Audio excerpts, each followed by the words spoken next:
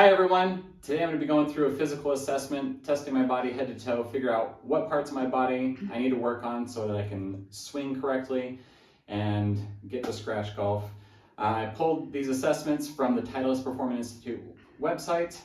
You can check the link below. When you go to the Titleist Performance Institute and you do a full assessment with them, they're going to do a lot more than this. They're going to do some fine-tune testing. But for me, I just wanted a general idea of parts of my body where I need to be focusing, my exercise routine, and things I need to be fixing. And so let's get started. So there's 17 assessments that I'm going to be doing. They cover the major areas of the body from head to toe. If I can pass all these, then I know that I am physically capable of swinging the club properly. But I already know there's going to be some of these that I'm going to fail. But we're going to be keeping score here as we go along. Feel free to do them along with me if you're curious to see where you are. First up is the 90-90 test. This will assess if I'm able to externally rotate my shoulder enough to be able to get up into a good position at the top of the backswing. This test is done by getting into a good golf posture, raising your arm up to shoulder height with your elbow bent to 90 degrees, and I'm trying to rotate my forearm up so that it's level with or past my spine angle. And as you can see, my forearm angle is just shy of my spine angle. But that's about as far as I can comfortably go without coming up out of my posture. And of course I want to test this on both sides to make sure there are no asymmetries. And yep, also short on the left side. So we'll mark that as a failed 90-90 test and move on to the next, which is testing for anterior tilted pelvis. We want to make sure that our pelvis is in a neutral position at rest. This test is done by observing the position of your pelvis in a mirror. A neutrally positioned pelvis should be tilted forward a little bit, but not excessively like mine is here. When I move my pelvis to be in a more neutral position, you'll also see that my pelvis moves to be more directly under my torso, rather than tucked behind it like it normally is. So we're not too far off here, but it's still not quite where I want it. Next up is the pelvic tilt, testing for pelvis control and stability. This is done by getting into golf posture and tilting the pelvis forward and backward in both directions, checking for full range of motion.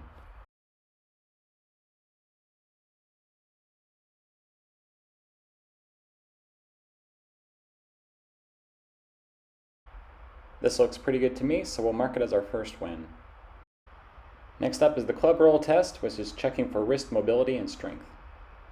This is done by holding the club in front of me with the club at 90 degrees to my forearm and my elbow at my side at 90 degrees, rotating my forearm back and forth, trying to get the club past parallel with the ground on both sides. And I'm trying to do this without using my body to help it over. And I'm trying to test this on both sides, making sure I can do it 10 times with each arm. Okay, so that looks good. We'll check that off and move on to the next. Next up is the deep squat with crossed arms, testing my hip flexibility and core strength. This is done as I put my arms over my chest and perform a deep squat. I'm trying to get my hips below my knees so that my thighs are lower than parallel to the ground. Looking good, getting on a roll. Let's move on to the next. Next is the overhead deep squat, testing my flexibility in ankles, shoulders, and spine.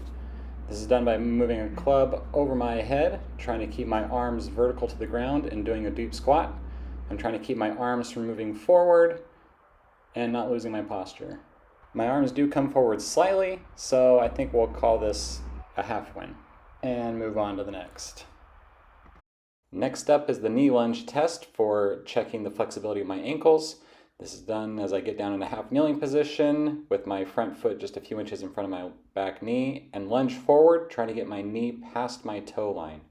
And I'm trying not to let my heel come up off the ground to try to get past, but it looks like I am good anyway. Get my knee past my toes. And again, I want to test this on both sides to make sure there's no problems on one side over the other. So that's another check mark on this one. Moving on to the next. Now I'm testing my overall balance and core stability with the single leg balance test. I do this by balancing on one foot, as the name implies. And I'm just trying to hold it here for 30 seconds to make sure I can do that on each leg. And I'm trying to keep my arms down by my sides and not moving them out to try to help myself balance, but just trying to stay stable in a natural relaxed position on one leg for 30 seconds on both legs. All right, so this is looking good as well. That's another check mark. And moving on to toe touch. This will check the flexibility of my lower back and hamstrings. Pretty straightforward as well, something we should be all familiar with. Just keep your feet flat on the ground and try to reach down and touch your toes. Get down as far as you can comfortably without feeling any extra pain. Obviously this is something that's hard for me at my age without bending my knees. But if I'm just trying to keep my knees straight, I'm a few inches short. So we'll mark that and move on to the next one, which is the bridge with leg extension, testing my glute strength and core stability. This is done by getting down into a bridge position, and once there, then lifting one leg off the ground, extending it forward, and trying to keep balance for 10 seconds without any movement or tilting in any direction, and then doing that on both sides. On this side, I don't know if you can tell in the video, but I do have a little bit of shaking and wobbling slightly, and so I think I'm going to mark this down as a moderate. Next up is the side bridge with leg lift, testing side pillar strength and stability. It's done similarly to the last one, but in a side plank position. Also getting up, trying to keep the body level, lifting the top leg up, and holding it for 10 seconds without any tilting or wobbling. And doing that on both sides. Again, I can hold this up, but it's not quite stable enough to want to count it, so we'll make it another moderate.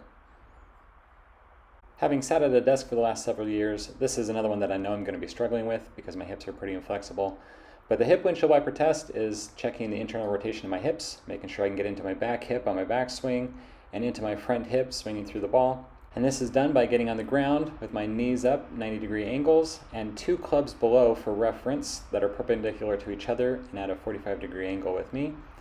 And I'm trying to internally rotate my hips with my fists between my knees so that my lower legs get rotated out. And I'm trying to get them at least parallel or at a parallel angle with the clubs on the ground. And as you can see, I'm just not quite there. So we'll mark that one down as well and move on.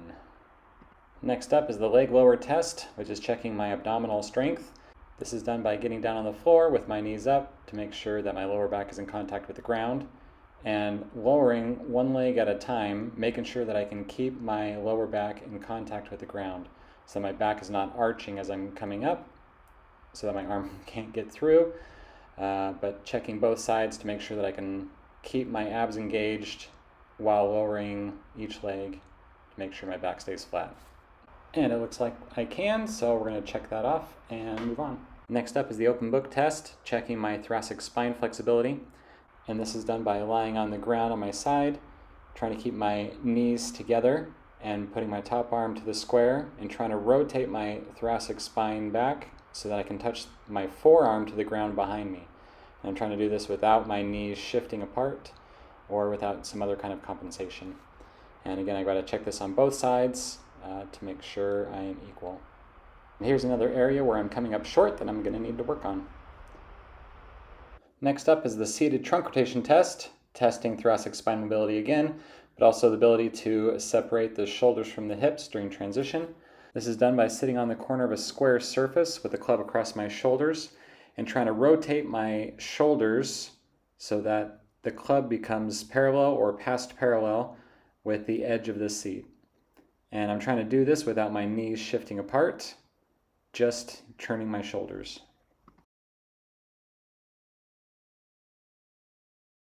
And again, testing on both sides to see if there are any differences. But as you can see, I just didn't quite make it on this one either, so we're going to mark that down and move on to the next one, which is the reach, roll, and lift test, checking the strength of the muscles around the scapula and scapular mobility.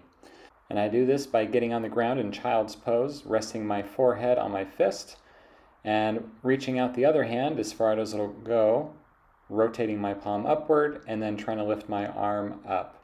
And I'm trying to keep my elbow straight and trying to get my arm off the ground. And again, I'm checking this on both sides to make sure both sides are equal. And looking at this afterwards, I mean, it looks like my elbow does bend a little bit, but I am getting my arm far enough off the ground that I'm probably going to be okay on this one. So we'll check that off and move on to the last one. which is the supine lat test, checking lat flexibility.